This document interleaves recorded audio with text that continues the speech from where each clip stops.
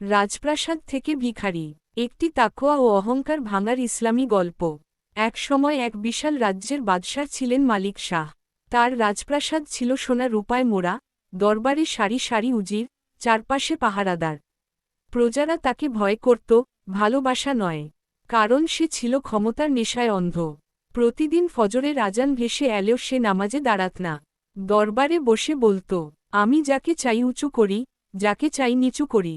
একদিন দরবারে এক বৃদ্ধ আলেম এলেন। তিনি নরম কণ্ঠে বললেন, হে বাদশাহ, ক্ষমতা আল্লাহর, মানুষ শুধু আমানতদার। বাদশাহ রেগে গিয়ে আদেশ দিলেন, এই বৃদ্ধকে দরবার থেকে বের করে দাও। আল্লাহর পরীক্ষা। সেদিন রাতেই রাজ্যে ভয়াবহ দুর্ভিক্ষ শুরু হল। বৃষ্টি বন্ধ, ফসল নষ্ট, কোষাগার ফাঁকা। একে একে উজিররা পালিয়ে গেল, সৈন্যরা বিদ্রোহ করল। এক সকালে মালিক শাহ ঘুম থেকে উঠে দেখল, রাজপ্রাসাদ খালি। না আছে সোনা, না আছে পাহারা, না আছে সম্মান। কয়েক দিনের মধ্যেই সে রাজহীন, ধনহীন এক সাধারণ মানুষে পরিণত হল। রাজা থেকে ভিখারি। ক্ষুধার তাড়নায় সে একদিন মসজিদের দরজায় বসে ভিক্ষা করতে লাগল। লোকেরা চিনত না, এটাই সেই অহংকারী বাদশাহ। এক বৃদ্ধ তাকে এক টুকরো রুটি দিলেন আর বললেন, বেটা, আল্লাহ যাকে চান রাজা বানান, আবার চাইলে ভিখারিও বানান।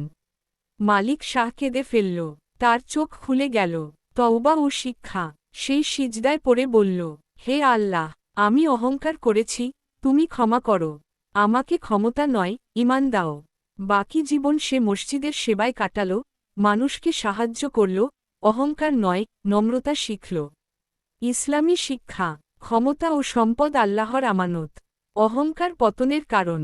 তওবার দরজা সবসময় খোলা। আল্লাহ চাইলে রাজপ্রাসাদ মুহূর্তে ভিক্ষার ঝুলিতে পরিণত হতে পারে।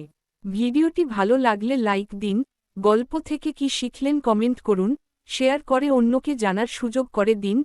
এরকম আরও শিক্ষণীয় ভিডিও পেতে সাবস্ক্রাইব করে পাশে থাকবেন।